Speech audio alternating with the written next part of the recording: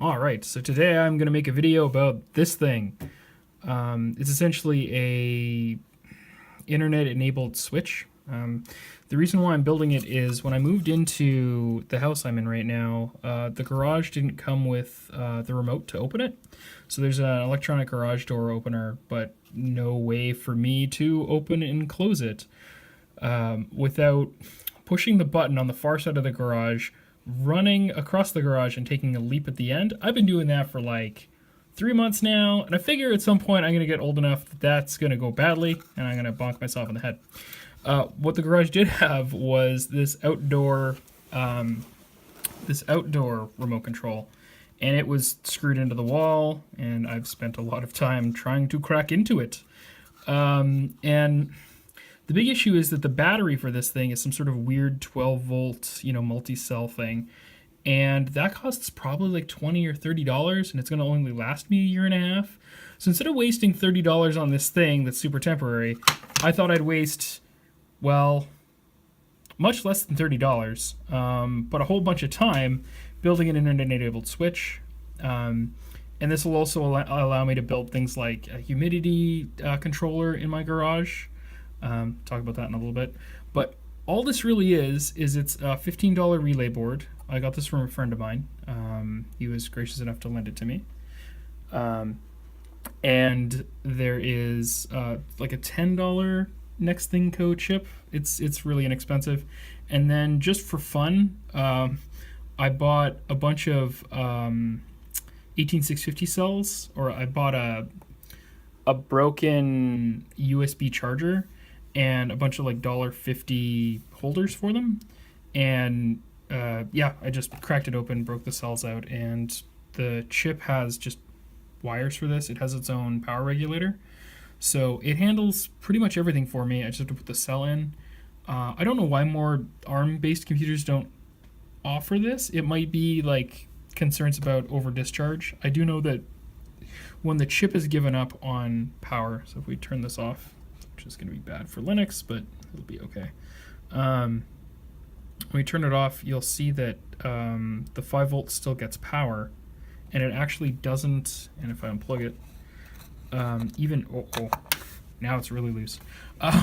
Even if the battery goes below the safe startup amount for the board, the power controller doesn't seem to shut this off. And if you run one of these down to 0, it will never come back up.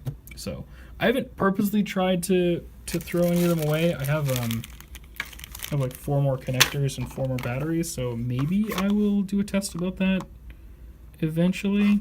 But yeah, so lots of fun. I've also, just going off on the battery tangent, I've also used quadcopter batteries. I get about 3 hours of idle time out of this one, and I get like 2 hours out of this one. So these cells are kind of garbage. I should buy some Sanyo or Panasonic cells at some point just to see how much better they are. So on to hardware project stuff. So back to this guy. So this relay board is all transistors. So it's completely transistor logic level compatible, which is not the case from this guy. So these are, this is a relay board from eBay, and you can buy any configuration from 2 up to 16 relays on these boards, and they're fantastic. They're super cheap. This cost, I think, $2, which if you're switching a weird voltage, and you don't have to do it very quickly, it seems like easier than figuring out your own circuit. And another nice thing is there are opto isolators on there, so that there's those 2 black boxes in the middle. And what opto isolators let you do is completely isolate your load, so this guy, from your supply voltages, or basically from another circuit. So the way that this comes is there's this little jumper on the edge here, and by default it bridges VCC to the supply on this side. But if you want, you can take this off entirely, and you can wire on this side with like 5 volts, and you can run the logic on this side with 3, for example. So if you have to worry about transient voltages coming through on your supply line to your microcontroller. These are really, really good. They just take forever to get to Canada because, you know, shipping from China is a time-consuming process. So the reason why I'm not using these is that when the chip turns off, poor little guy, he's all. When the chip turns off, all the I/O goes low, and not that far low, but low enough to trip the opto-isolators, which means that this is going to turn on when I shut the chip down. So if I ever have to shut it down for any reason, it's going to open my garage, and that's a really bad thing. Even with the battery backup, like, it's going to happen. And you just don't want to deal with that. So on the project a little more, it's pretty basic. The chip is a pretty convenient. Here, I bought a lot of these. I bought about 5. The chip is a pretty convenient computer to use for this kind of thing because it has everything you need on board. So like a Raspberry Pi Zero W, which is pretty new development, costs about the same because these are about $10 or $11 American. But it doesn't have like the charging circuitry for the USB. It doesn't have an onboard flash controller. It has about the same RAM. It's 512 megabytes. It has USB on the go port, so you can use this. The default image that ships on these, the USB on the go port is configured for both Ethernet and serial. So when you plug it into like a Mac or a modern Windows machine, it'll show up as an Ethernet adapter and a serial port. And the console comes up on serial, and the Ethernet, you just have to either manually configure it or accept the IPv4 auto assignment and go over serial to figure out what that is. But it's pretty good. And the throughput on USB Ethernet is something like, I want to say I got as high as 140 megabit in one way, but like from my Mac to the chip, but the way back didn't work out as well. I need to do proper performance metrics on that.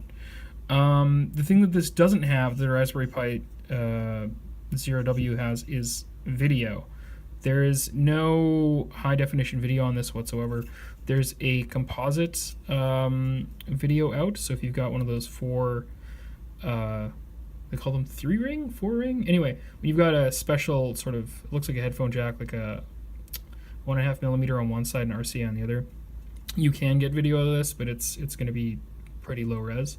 To get VGA or HDMI, you have to buy a dip, which is what they call like their backpack or feather or, you know, shoot. Anyway, basically they're add-on board. So that's so no video on this. So if your application needs video, probably a bad choice. If your application needs more than 4 gigs of RAM, 4 gigs of storage, also bad choice, because, you know, there's a USB port, but you might want to use that for your other peripherals. So it's really, really good for like an Arduino replacement if you're fine with the ridiculous amount of overhead running an entire OS has. There's a lot of I/O. Some of these are directly LCD compatible. So I think there's like VGA pinout on one, like on some of the connectors, and sort of LVDS, LCD standard languagey goods on the other. Another handy thing that I really like on these is that they labeled all of the I/O. Can't tell if that's focused or not, but they labeled all the I/O for you. So if you're like, which one was battery, you can just look at it. Whereas on the Buccal Bone Black, which I have a lot of tiny computers, there's no labels here, and everyone knows the Raspberry Pi at this point doesn't have any of those either. So as far as like Arduino replacement with Wi-Fi and battery charging, this is hard to argue with. This is a really good product for that. I bought so many because I was going to build a USB on-the-go cluster, so I wouldn't have to have Ethernet. But anyway, that's turned into quite the chip segue. Super good if if you're fine with having an entire OS just to run like, I don't know, 40, 50 lines of code. So back onto this. So this is most of the hardware. I took a chunk out of my fence to do this. I really have to replace my fence. I'm knocking out boards as I find time and while the weather allows me to, because right now the fence is frozen to the ground. And so I've got like a great number of little substrates for building neat electrical stuff. Next steps, I have a Python script that basically just cycles through these relays on and off. So that's sort of my starting points. And then I'll be writing a simple web service in Rust, because I write everything in Rust lately, as good practice. And I like the language. But I'll be writing the web service next, and then just a simple web page. Hopefully in the future, because I use an iPhone, and that's what this is being recorded on, I will be hopefully making one of those shade apps, like when you scroll over and you see like the weather and stocks. I'd like to have that as my UI to open and close the garage, along with Avahi to automatically discover it on the network. So that'll be some fun, and some Docker to sort of compartmentalize the scary code that will be accessible over the network, so that it's more secure from hacking. And then yeah, but that's going to be a whole other video. So this is just the hardware side, which is really simple. You just buy one of these boards, wire it in there, get the Python library, and it will just work. And you can do it with any other devices. And I mentioned in the beginning a plan for the next time. My garage gets super humid. Some of the way my sidewalk's made, a lot of the water gets in under the door, and so my car is super muggy all the time. So my thought was that I was going to get 2 humidity sensors and run another relay to like a high volume fan, like a ventilation fan for the my garage, and then that would vent if the outside humidity was higher, or sorry, the outside humidity was lower than the humidity inside the garage. So it would try and draw some of the humid air out if it was worthwhile. So that'll be a whole other project, and again, it'll mostly be software related, not so much hardware. But if you have any questions about it, feel free to ask. I don't know how well I'll be able to answer, but I can certainly go and find people who can. Thank you very much.